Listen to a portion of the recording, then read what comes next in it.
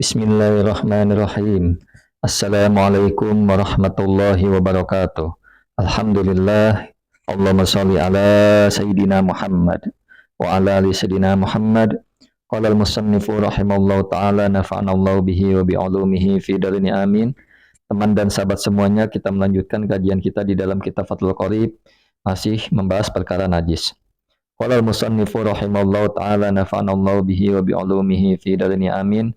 Waqala dan berkata Syaihuna siapa guru kami, yaitu Ibnu Hajar Al-Haytami Kasuyuti, sebagaimana perkataan Imam Suyuti, tabaan, karena mengikuti liba'dil mutaakhirina, kepada sebagian ulama-ulama mutaakhir.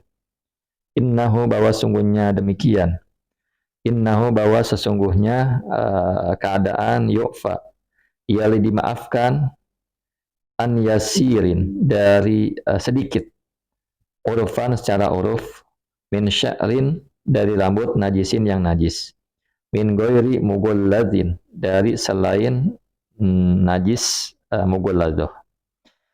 Ya, jadi guru kami berkata, Ibnu Hajar Al-Haytami, sebagaimana Imam Suyuti, dan karena mengikuti ulama-ulama mutaakhir. Ulama mutaakhir ya ulama yang hidup 300, 400 Hijriah dan seterusnya. Keadaan tersebut dimaafkan, najis itu dimaafkan, najis tersebut dimaafkan dari sedikit, dari rambut yang najis. Secara uruf ini ya, min ghairi mughalladin, dari selain najis mughallazoh. Artinya begini, jadi ada hewan yang berbulu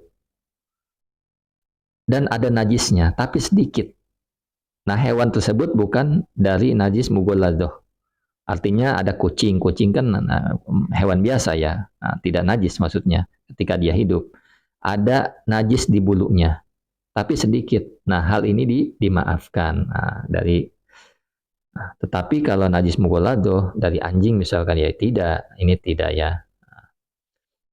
Kemudian wa min dukhoni najasatin, dan dari, maksudnya dimaafkan juga dari sedikit, dari asapnya najis. Ketika ada orang membakar najis kan ada asapnya. Nah, asapnya itu tidak najis, asalkan memang ya asapnya sedikit juga gitu. Jadi dari asap yang najis itu dimaafkan. Wa amma ala ridli dubabin, dan sesuatu ala ridli dubabin maksudnya atas kakinya lalat. Wa in ruwiya, sekalipun atau dapat dilihat apa najis tersebut. Nah, sesuatu najis yang ada di kakinya lalat, sekalipun dilihat sesuatu itu yang najis ya, maka dimaafkan. Seperti itu, ada lalat makan bangkai tikus, nemplok di bangkai tikus, kemudian terbang lagi dan kita lihat ada sesuatu di kakinya, maka ini dimaafkan.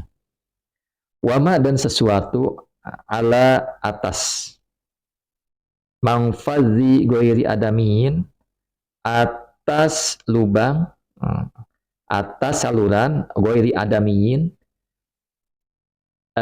selain lubangnya manusia. Jadi saya ulang, wama, dan sesuatu ala mangfazi goiri adamiyin, yang ada di atas lubang keluarnya kotoran selain manusia.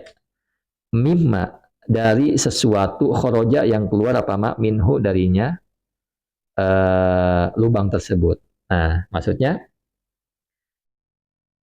najis yang ada pada lubang pelepasan ya, pelepasan itu lubang ya. Najis yang ada lubang pada lubang pelepasan selain manusia. Kalau ada kucing kan lagi dia kan nggak istinja, maka ya tempat pelepasannya itu ya tetap suci, seperti itu. Maksudnya dimaafkan ya, maksudnya dimaafkan, bukannya suci tapi dimaafkan. Kemudian wadar kitoirin, dan kotoran burung. Kotoran burung juga dimaafkan. Wama, dan perkara atau sesuatu ala famihi, yang ada di mulutnya toir, yang ada di mulutnya burung. Jadi sesuatu yang ada di mulutnya burung itu juga dimaafkan. Kadang-kadang ada mulut, ada burung pemangsa binatang misalkan burung ini mematuk kambing yang sudah jadi bangkai, kan patukannya itu najis karena dia berhubungan sama najis, mematuk najis, maka jadi najis. Maka hal ini adalah dapat dimaafkan najis tersebut. Seperti itu ya. Mudah-mudahan dapat dipahami. Allahumma sholli ala sayyidina Muhammad wa ala ali sayyidina Muhammad. Wa rausima, dan kotorannya hewan, nas'uhu, maksudnya adalah yang adapun tumbuhnya hewan minal ma'i, dari air. Jadi kotoran hewan, hewan yang tumbuh di air, itu adalah dimaafkan. Jadi misalkan lintah tumbuhkan di air, kemudian buang kotoran, maka kotorannya dimaafkan, atau ikan sekalipun. Nah, ini dimaafkan. Kemudian au baina awraqis syajarin narjili, yaitu maksudnya adalah atau di antara daun-daunnya pohon, daun-daunnya pohon kelapa, alati, yaitu daun-daun, tustaru, yang ditutup biha dengan daun-daun, albuyutu, apa rumah-rumah, anil matori, dari hujan, haisu, sekiranya, ya'syuru, sulit, saunul ma'i, apa menjaga air, anhu, darinya, raus, atau darinya kotoran. Nah, begitu juga kotoran atau hewan yang tumbuh antara daun-daun pohon kelapa. Nah, yang memang daun-daun tersebut gunanya untuk menutupi atap rumah dari hujan, ya. Sekiranya memang sulit untuk menjaga air dari kotoran tersebut. Maksudnya sekiranya sulit menjaga air dari kotoran tersebut. Artinya begini, rumah ketika ada atapnya itu pakai daun-daun dari kelapa atau daun-daun lah. Nah, daun-daun kan suka ada binatang yang hidup di situ. Kadang-kadang buang air di situ. Kadang-kadang buang kotoran di situ. Atau daun-daun tersebut kejatuhan kotoran dari binatang yang hidupnya di udara, burung dan sebagainya. Nah, yang mana ketika hujan kan cair ya. Nah, ada air yang memang jatuh. Mungkin ke lantainya, kemana. Maka ini dimaafkan air tersebut, seperti itu. Nah, karena memang sulit seseorang untuk menjaga itu.